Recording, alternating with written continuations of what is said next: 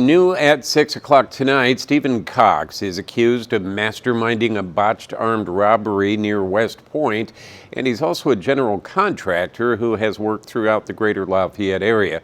Tonight, former customers are coming forward to accuse him of doing shoddy work. As News 18's Joe Paul reports, one victim says she was scammed out of thousands of dollars.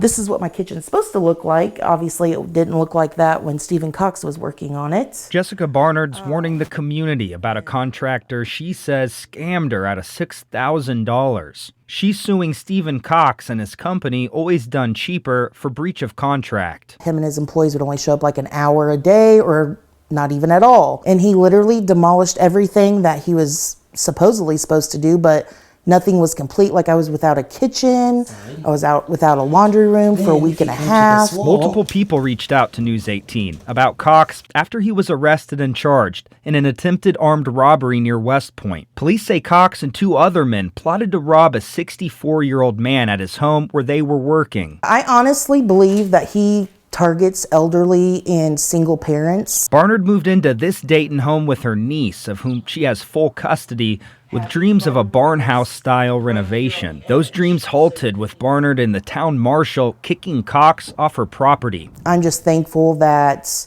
I was smart enough to go get the marshal, Mr. Taylor, here, because I think it would have ended a different way.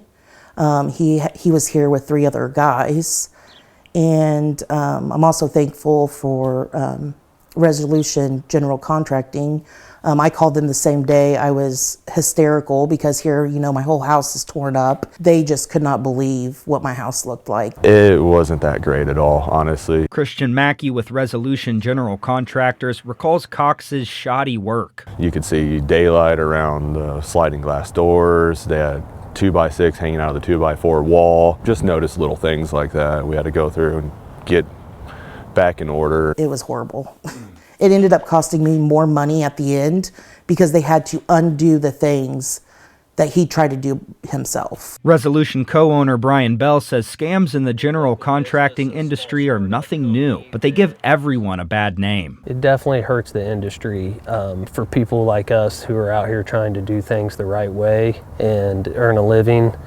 It makes everybody question us. Others who reached out to News 18 reported being scammed out of $10,000 to $20,000. They declined to be interviewed for this story in fear of Cox, who's out on bond. Reviews on the Better Business Bureau website call him a con man who escapes with customers' deposits. Here they gave them all this money and they didn't have the means to be able to file, get an attorney. I mean, an attorney's expensive.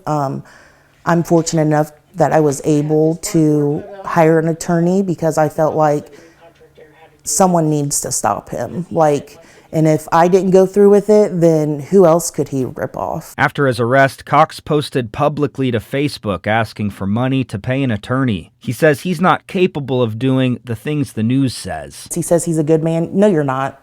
A good man does not do the things that you did. We work hard for our money, and for someone to come in and think that they can steal from them, no, he's not. It's ridiculous, and it makes me sick. Reporting in Tippecanoe County, Joe Paul, News 18. Well, News 18 called, messaged, and went to Cox's last known address for comment, but a woman there told us that he didn't live there. He texted a reporter today that an attorney would reach out to us with a statement, but so far we haven't heard back.